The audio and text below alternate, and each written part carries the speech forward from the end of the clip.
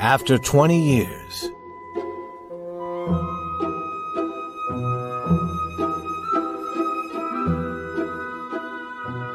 The cop moved along the street looking strong and important.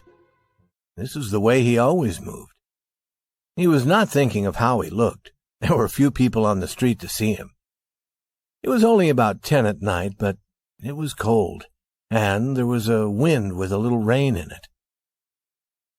He stopped at doors as he walked along, trying each door to be sure that it was closed for the night. Now and then he turned and looked up and down the street. He was a fine-looking cop, watchful, guarding the peace. People in this part of the city went home early.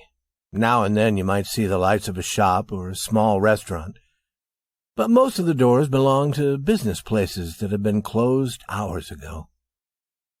Then the cop suddenly slowed his walk. Near the door of a darkened shop, a man was standing. As the cop walked toward him, the man spoke quickly. "It's all right, officer," he said. "I'm waiting for a friend. 20 years ago, we agreed to meet here tonight.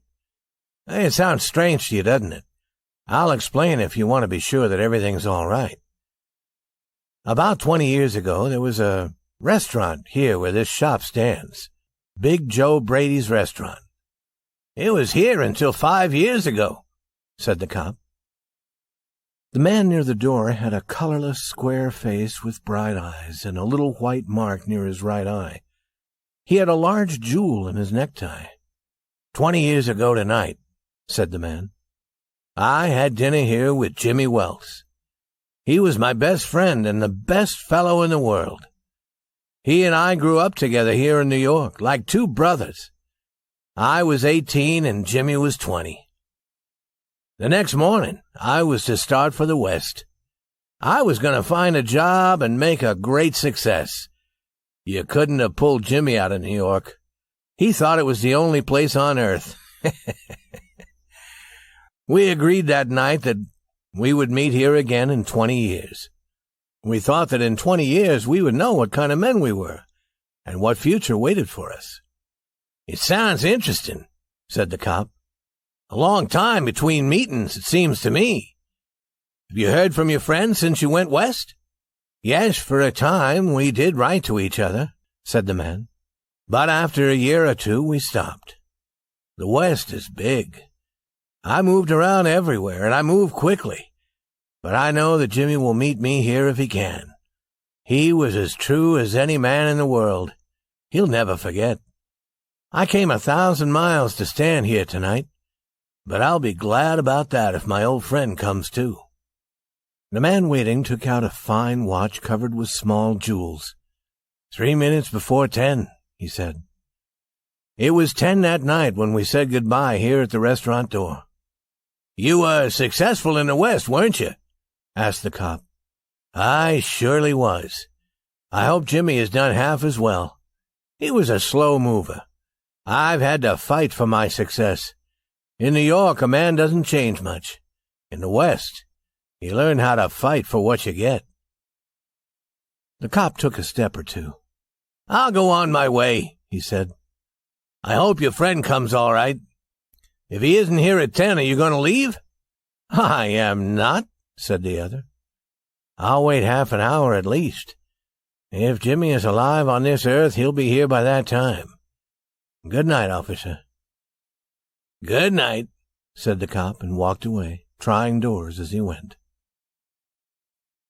There was now a cold rain falling and the wind was stronger.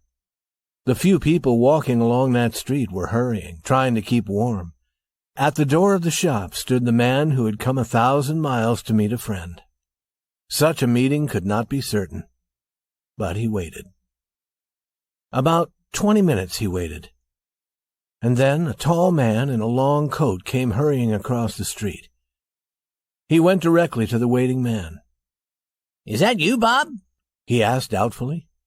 "Is that you, Jimmy Wells?" cried the man at the door. The new man took the other man's hand in his.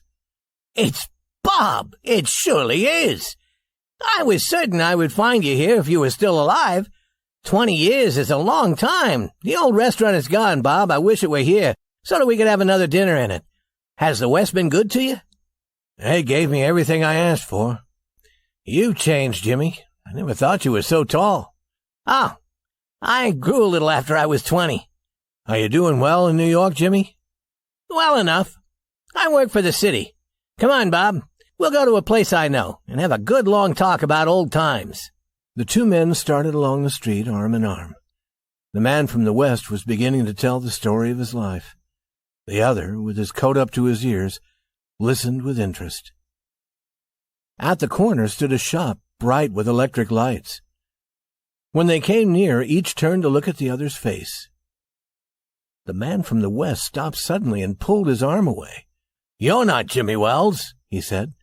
20 years is a long time, but not long enough to change the shape of a man's nose." "It sometimes changes a good man into a bad one," said the tall man. "You've been under arrest for 10 minutes, Bob. Chicago cops thought you might be coming to New York. They told us to watch for you. Are you coming with me quietly? That's wise. But first, here's something I was asked to give you. You may read it here at the window. It's from a cop named Wells."